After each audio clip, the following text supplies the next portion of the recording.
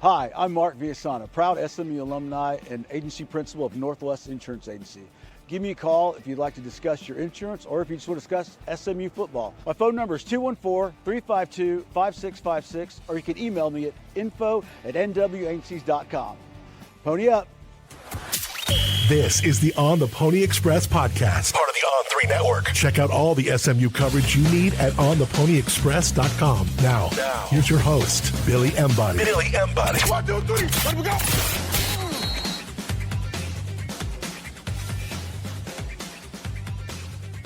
Welcome in, ladies and gentlemen, to another edition of the On the Pony Express podcast. I'm Billy Embody. Joining me today on a special basketball-focused edition of the podcast is our own Dean Ralsky. Dean, coming to us from campus. Thanks for jumping on. It's good to see your face. Of course, yeah, no, happy to be back on the pod, coming to you live from Armstrong Commons. So no better place to be. Yeah, we can definitely roll in a Epic Wines head nod there to that one if we want to, for sure.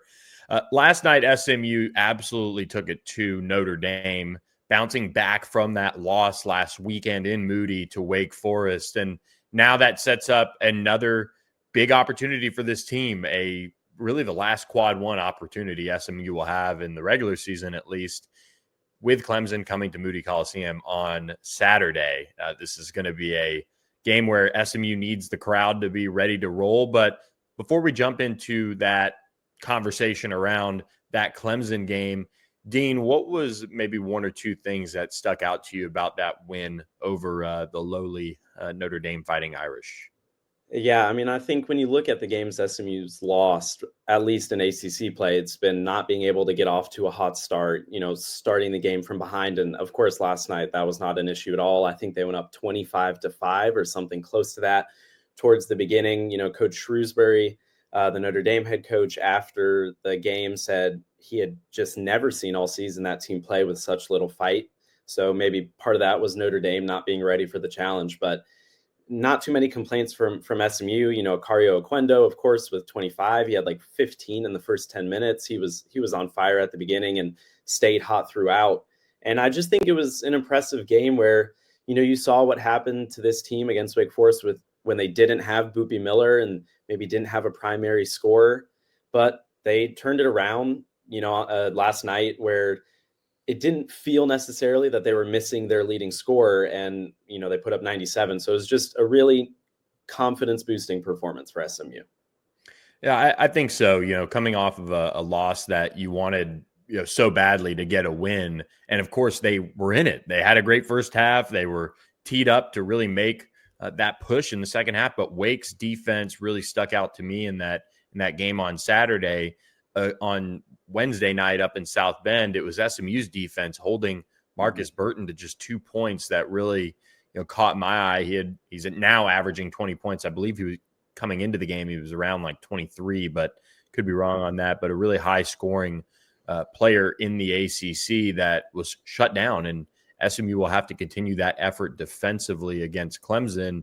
And when you have a team like Notre Dame and you go into a road trip all the way up to South Bend, and a team that, just saw its head coach, slam the mic walking out, trying to fire his guys up and find any sort of fight, you don't want that team to come into the game and find a little confidence, find some ability on the floor to make things happen. And I think that, for me, especially coming off of what was a probably pretty emotional loss at home against Wake, I think that was really what stood out to me, because you have so many times this year where, especially in the early goings of ACC play, SMU got outclassed. They got, their breaks beat off, by the Duke and North Carolina and Louisville and things like that.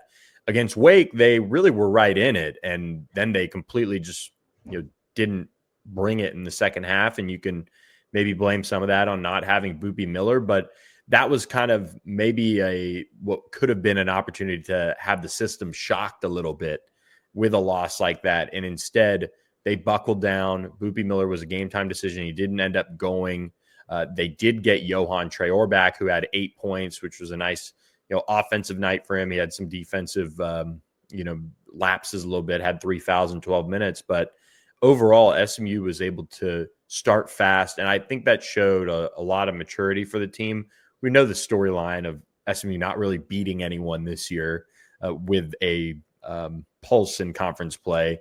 Now they get one final opportunity, in a sense, against Clemson. They have some other games that are decent matchups, but that quad one opportunity on Saturday is there.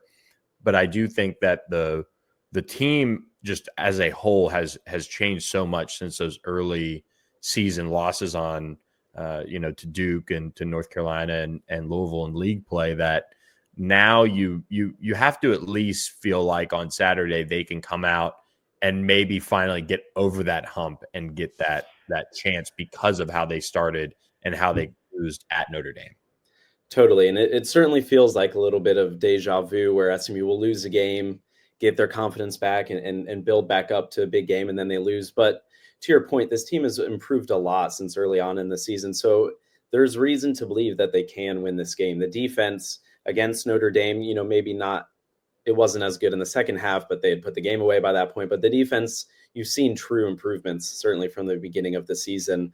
And so I think, there will be an opportunity for Clemson. I don't think this is just as guaranteed that, it's a big team, they're going to lose. But it'll be interesting to see if they can get Boopy Miller back. I do think Johan Traore can make an impact in that game against Clemson, assuming, he'll be back to full strength again like he was against Notre Dame. So there are a million different ways to carve up this game, but they have a chance. That's the bottom line.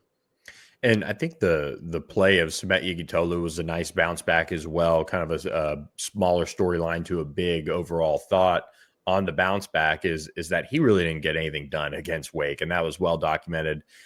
SMU without Boopy Miller, that first experience of the season playing without him, wasn't able to get it inside, and Samet, for whatever reason, just didn't have that usual as of late aggression that he's had. You saw he mixed it up a little bit in the Notre Dame one with a flagrant getting called on him. Now we can talk about a flop all day on that, but that's where if he comes with an edge, he's usually, just better for it. And maybe it's the fact that he's a little bit older as a freshman. I mean, he's seen some things in the pro leagues over there in Turkey, but fairly close to a double-double, 14 points. I think he had six rebounds. I think Matt Cross was the one who had 14 points and 9 rebounds. So really close there for Matt. Those two guys are going to be key on Saturday. And if they can bring their A game and SMU has that balance inside out that they showed against Notre Dame, that's where this team is at their best offensively. And that's where they can find the way to maybe get past the Tigers. Yeah, and I think early on in the season, when they played these good teams, they were having to score 80 or 90 points, whether it be at home or on the road. And I think with the improved defense, I don't think you have to get to that number anymore. And we know how spread out this offense is in terms of who scores the points. So you're not relying on one guy to put up 25. It was great that Cario Oquendo did last night, but you're not relying on that. In these losses, it's just come down to not shooting the ball well. And so there's no real way to predict how well they're going to come out and shoot the ball on Saturday. But, a game where they put up 97 on the road and can come back home, it can only give them confidence going into Saturday. Chuck Harris had, I believe, 7 assists on the night against Notre Dame and was also among those in double-digit scoring. And he's one of those players that I think is the prime example of, well, this is all great, but you're doing this against, a Notre Dame, or you're having a big outing against some of these teams that, aren't very good, quite frankly, no other way to put that. It would be nice to see him feel very comfortable from the start, knock down a few threes or a couple even, and get that going offensively. And that's where if they don't hit on those early, you can almost tell. And this team is so simple in a way to kind of talk about. It's either if the threes are falling early, you're like, okay, all right, this is going to be a good day or night for SMU. And if they don't early on, it's going to be a dogfight and or not going to be on the right side of the outcome. I mean, that's really what it comes down to, is hitting those 3-pointers early to get that confidence and flow going. Yeah, and that was kind of the funny part with the Wake Forest game, that I think it was Cal Georgia Tech game ran late, and so it wasn't on ACC Network for a while. And I was, trying to reload the score as much as I could, and SMU got off to a hot start. And it kind of felt like as soon as they got onto ACC Network, for whatever reason, not that was the difference, but SMU just stopped making shots. And so it'll be interesting to see. I agree with you. I think if Chuck Harris can get hot early, that just gives confidence to the rest of the team. And so I think, some people were saying maybe some changes should be made to the starting lineup. Potentially, I don't think Chuck Harris should come out of it in any world, because I do think this team needs him to get the first 4 or 6 points on the board to get the team going. Again, it'll just depend with Boopy Miller if he's ready to go, what changes are made. But maybe you do start Akario Oquendo after his big performance. If Boopy is ready to go, maybe you take out a BJ who's struggled a little bit as of late, and you just try and ride the high and keep the players who are hot on the court for as long as possible. Yeah, and another piece of this Cario confidence that he's finally having, as of late in particular, is he's getting space to have some of those highlight reel dunks, and that's where I think SMU is probably offensively, like scheme wise, just from the maybe outside eye. The highlight reel opportunities that they're getting with some alley-oops and some different drives and into the lane, that's really where I think this team can also find ways to build off of that. And if you get some of that timely extra scoring with those wow plays, it seems like this team feeds off that. I know you could say that for a lot of teams around the country, I'm sure, that get that type of involvement in their offense and from their players, but that's been something that's been developed over the course of the year. And Andy Enfield, when he's talking with the media, it's very simple in terms of how he's explaining things. At least in my opinion, it's very like, well, we weren't happy with how our guys were shooting the ball, or we were really happy with how our guys were shooting the ball. And he explains things very simply, like you're not a part of their inner circle, their inner workings. And you can kind of see some of those things that have developed over the course of the season come together. And he's talked about it a lot, the chemistry on this team with all these new faces and where it started and where it is now. Those are some of the things that I feel like they're finding their confidence and their footing with, and it's just taken games and games to make it happen. And Coach Enfield said that was going to happen, before the season started. Early on, he understood that there would be a learning curve, and that was kind of understood by everybody. And you are starting to see it come together. And so again, it really feels like an all or nothing game against Clemson. They will have SMU will have opportunities to redeem themselves in the ACC tournament. I think it would be interesting if they were able to play a North Carolina now and avenge that loss, or even a Wake Forest too, to kind of cancel each other out. That's a long ways away. But we were talking about Cario Oquendo. They were certainly trying to feed him some lobs last night. I don't think he was able to come down with one, but I think, having the dual threat nature of him driving, and when he drives, it's powerful. He's a big, strong human being, but then also being able to knock down the threes from the perimeter. And there are quite a few players on this team that you could, say similar things about. But I just think this Clemson game, it's their last opportunity in the regular season. We've both said it. And so will there be that extra sense of urgency? Will that cause extra nerves for SMU? I don't think so. Another big talking point for Andy Enfield has been how experienced this team is. And, maybe against Duke, the moment was too big. And in certain games, maybe in the Dean Dome a little bit early on. But I think at home, it's your big opportunity. I think a lot of people will be watching because, SMU's caused some buzz on social media about everybody knows their situation, right? The metrics are great, but they don't have this quad one win. And I think a win here puts them in the field for the time being immediately after the game. Yeah, I agree with you. And before we talk just a little bit about Clemson, do you want to talk about a new friend of the show? And that is a friend that has been a friend of myself, and I'm sure Dean as well, for a long time now, and that's Rusty Taco. Guys, they just rolled out a new menu at Rusty Taco, and this is why you need to head over to the Greenville location. And they're doing this around a bunch of their locations, but they're keeping the tacos that you already know and love, but they're making them even better. I saw the chicken roll-ups or the rolled tacos look unbelievable. Ton of flavor.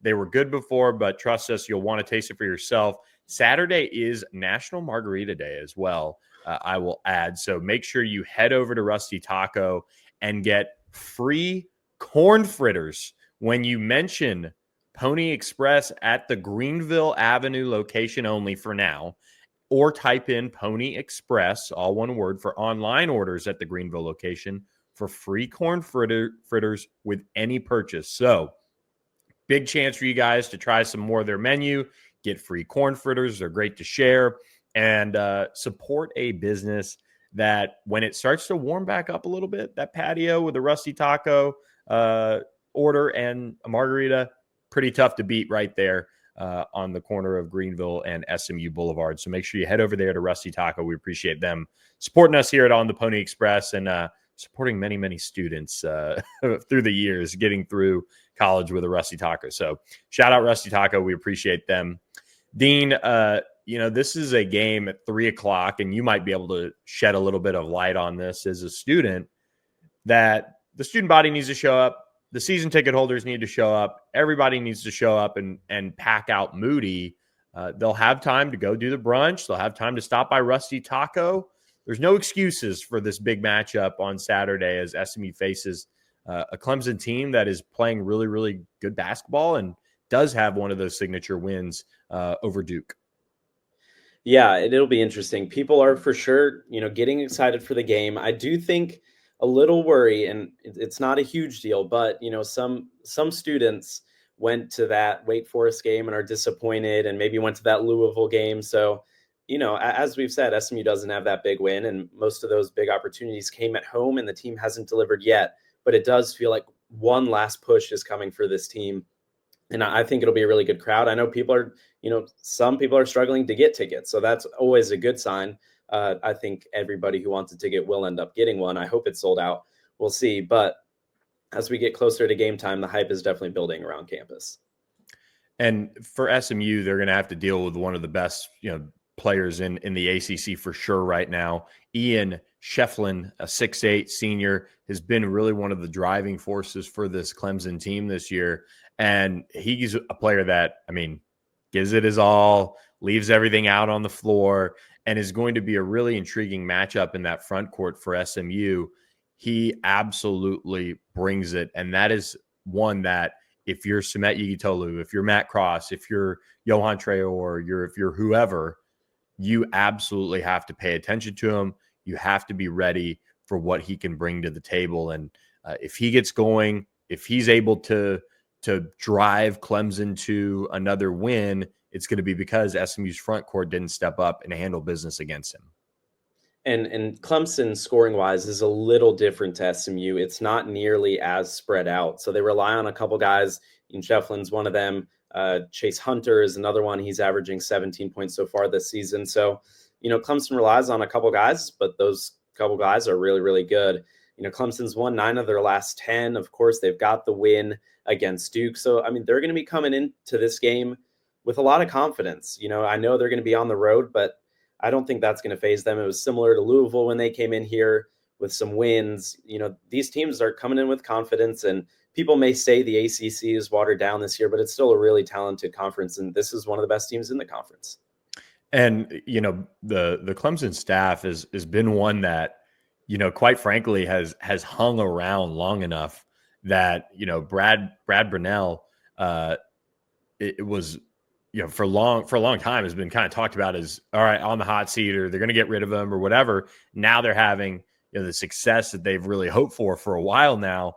They've hit the 20 win mark. They're in the top 25. They're sitting in strong position for, to finish in the top 4, barring a complete collapse here. And meanwhile, SMU, this is a must win. Yep. If SMU is going to find their way back into that top 4 for the double bye in the ACC tournament, which is just wild that we are talking about it right now in late February, that SMU is closing in on that. But they've tweaked their lineup, and I think that's something that has really helped them over the course of the last few games, and just allowed them to really build off of what's been a strong push momentum wise for them going into postseason.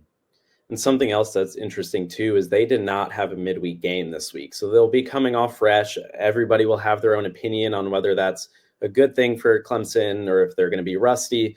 We'll have to wait and see, but that's just something worth noting too, is they will not have played for a week on Saturday. Yeah, that's always an intriguing talking point when you think about your quote unquote bye week for college basketball teams. How do you respond? How do you get back off that rest period? Andy Enfield talked about how they were watching the Super Bowl or whatever and kind of chilling when they had their bye week and then got back to it and got back to fundamentals and things like that earlier this season. That was when theirs was. But Clemson, again, this is where your coaching staff really makes their money. I mean, truthfully, that's when you have to find a way to be ready to go. Obviously, they're going to be motivated. This is a team that has really played well as of late. They've been able to, find their groove and be, hot. But how do you keep that going after not playing for a week is something that the coaching staff really has to, in my opinion, draw up ways to get easy baskets or good looks and, build your confidence back up in a game situation pretty quickly. So that is a really good point on Clemson. It's a big game for them. And, I wonder if I don't feel incredibly great about SMU pulling this out. I mean, how can you right now with all the quad one opportunities that they've had and they've been unable to get it done?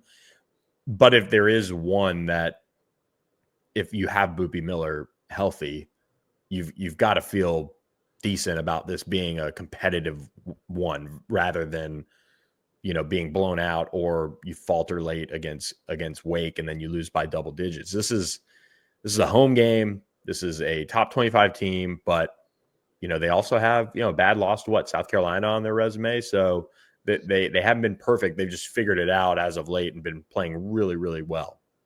Yeah, and it'll be interesting. I mean, when you think about it, not that it's a guarantee that SMU wins it, obviously, but if they do, you'd rather them have beaten Clemson and lost to Wake Forest than the other way around, that quad one signature win. And so I ultimately don't think that Wake Forest loss actually does that much harm to their resume. I think if they can pick up a big win against Clemson or maybe somehow find one in the ACC tournament, that loss against Wake Forest will be forgotten. On paper, again, just going back to them Clemson having not played in a week, SMU, we know they need to start hot. And I think the opportunity will be there if Clemson's maybe a little complacent coming off, again, all the wins that they've rattled off in a row. So on paper, maybe the blueprint is there, but it's just pretty hard to predict basketball, truth be told. Yeah, no kidding. You see, I mean, number one, Auburn, double-digit win over Alabama on the road. I mean, Auburn is Auburn at this point, but man, in a 1-2 matchup, to have that big of a gap in a road win for Auburn, I mean, impressive stuff last weekend by the Tigers. And look, maybe if this one was at Clemson, SMU would be feeling much better about it with the way they play on the road. Yeah, well, and then you saw Auburn at home, last night struggle to pull away from Arkansas. So it's college basketball. Everybody knows it, and we're really getting close to March. So then really anything can happen, but it's exciting. This one feels like it could be played in March, the one coming up on Saturday. So we're getting a little preview of the big games to come for SMU. No doubt. Well, we'll have your coverage at Moody Coliseum, 3 p.m. Central as Clemson comes to town. Big matchup for SMU. Maybe the basketball team can get it across the finish line against the Tigers this time in a matchup between the two schools. So we'll have your coverage, guys. Be sure to be locked in at ontheponyexpress.com. Big discount going on right now to jump on board for an annual subscription. So check that out. We'll have all your coverage. Also, big recruit coming to campus for that game as well. So check out the website ontheponyexpress.com.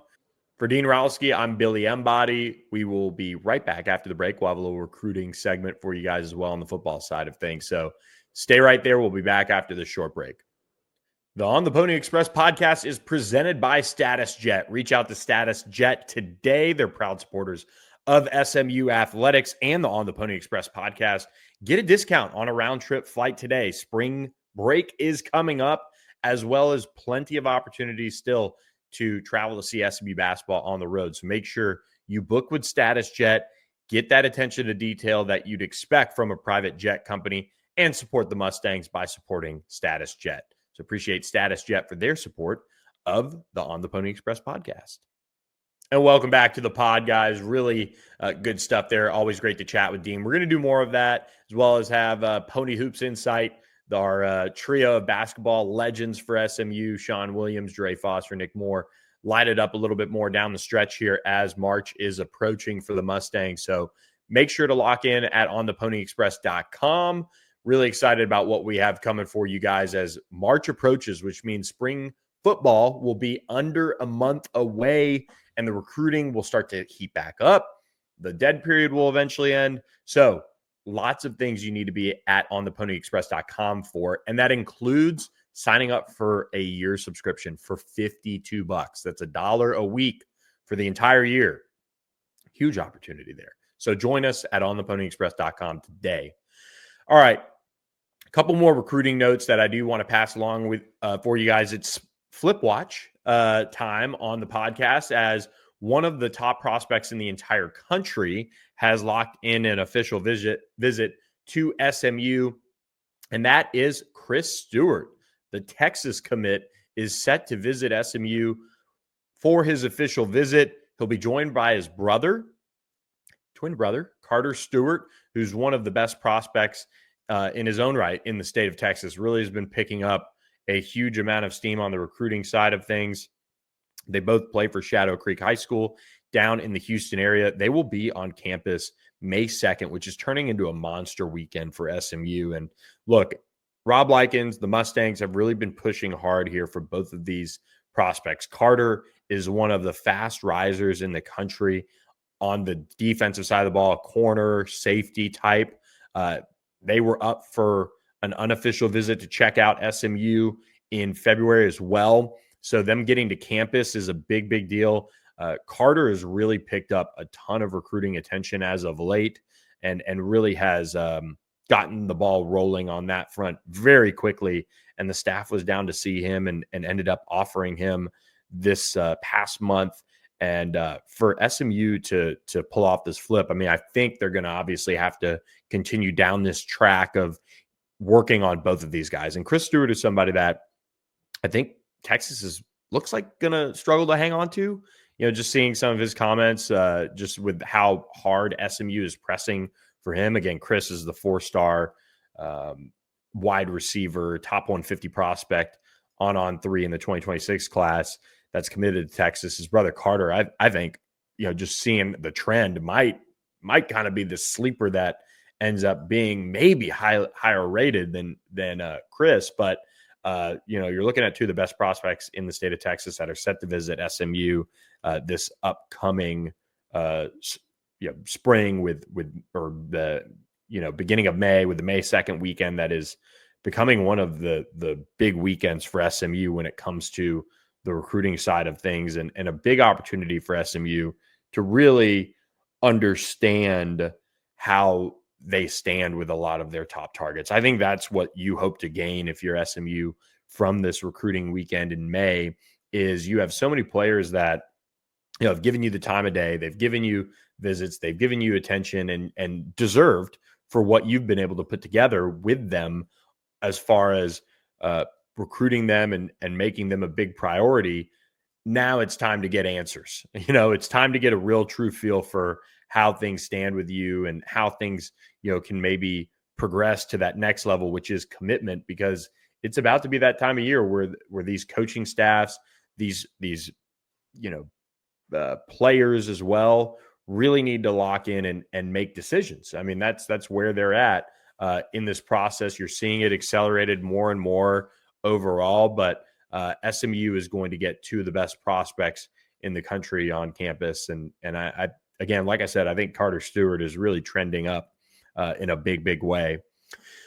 Another prospect connected to the Under Armour Dallas camp this past weekend that really shined is Legend Bay. And yes, he's on the all-name team, but plays over there at North Forney High School and is one of the really most explosive guys in the DFW area. You look at what he was able to do at Under Armour Dallas. He was right around that 4.4 range on the 40-yard dash. Well, SMU has now offered him as a running back. And when talking with different people around Legend, this has been a recruitment that early on, I think, was more around, you know, what position does he want to play in college? I think now he's starting to come around more and more to playing running back, which, at his size, 5'10", 176 pounds, which actually isn't bad at all, with a 4.43, with a 4.1 shuttle, 38-inch vert. I mean, he can absolutely play the running back position. You've seen Boston College, you've seen Duke offer him. You even saw Ohio State offer him at the end of January. So things are progressing for Legend Bay.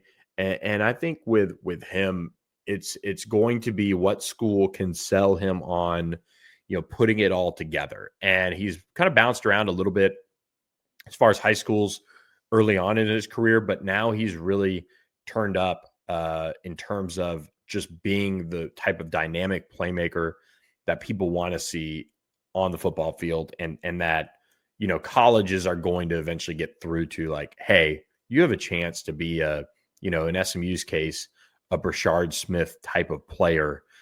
Come on over. Let's make this happen and see where things stand. And it's as things progress and as things, come together for him on the recruiting side of things, I think you'll see things maybe change. And who knows, maybe he ends up, wanting to put all of his chips into playing quarterback, but sounds like he's open to playing running back a little bit more than maybe originally thought. And SMU was one of those first schools to host him this fall. They got him on campus and really have at least built a strong early base with him before they ended up offering him. So something to certainly keep an eye on there as now he's been offered and they can, start making that move forward in the right direction for SMU to maybe get that official visit, get him on campus and see where they can go from here. So going to be a fun one to watch unfold. I mean, he was really explosive this year for North Forney, and you can watch his highlights. He's just one of the top overall prospects in terms of just true athleticism in the DFW area. And he's also teammates with another prospect that is going to get over for an official visit, in my opinion, at least, to SMU, and that's Deuce Gilbert. Deuce Gilbert is one of the top corners in the DFW area. He's somebody that SMU has had on campus multiple times and really has hosted an inordinate amount. He's going to visit Washington on May 30th for an official visit, then SMU on June 6th, and then Oklahoma on June 20th. The Sooners do lead the on 3 RPM here, but this one's going to be really interesting. He really projects to me as a nickel corner, and Ricky Hunley's been recruiting him for quite some time. He probably made three games last year, maybe 4. I saw him on at least 2 occasions and know he was listed on another visitor list at least once. So he is a long-time consistent visitor around SMU. That doesn't always mean you get him. It doesn't always mean you close the deal with some of these top targets.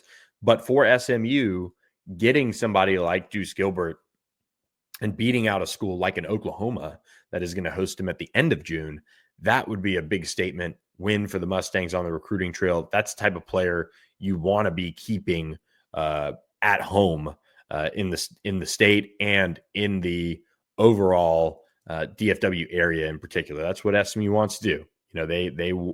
They want to be able to keep those type of players home, and that is what they're working to do with Deuce Gilbert. So he's a teammate of Legend Bay's. Big opportunity for SMU to make an impact there. All right, guys, that will do it on this edition of the On the Pony Express podcast, but do want to remind you guys to check out our friends at the Thomas Auto Group and support them as well, because when you mention On the Pony Express, when you go to their Ford, Subaru, or Volkswagen dealership, you get employee pricing on pre-owned and new vehicles. So check them out, the Thomas Auto Group. At Thomas Auto Group, we created the Thomas Promise exclusively for our customers. Because we believe our customers are the best. And the best customers deserve the best from us, too. That's right. The Thomas Promise includes the low price promise. Next is the pre-owned promise. And the 72-hour exchange promise. And finally, the 100% customer satisfaction promise. So shop Thomas Auto Group today, right here in McKinney, home of the Thomas Promise. All right, guys, lock in with us at ontheponyexpress.com today. We'll see you on the message board on Saturday as SMU takes on Clemson in a huge matchup for the Mustangs. We'll see how it goes in Moody Coliseum. So thanks for listening to this edition of the On the Pony Express podcast. We'll catch you guys next time and break down a lot more. So hope you guys enjoyed this episode. We'll catch you next time. Thanks for listening to the On the Pony Express podcast with Billy Embody. Follow us on your socials on X at SMU_on3 and on Instagram at On3SMU. And keep it locked to OnThePonyExpress.com for more coverage.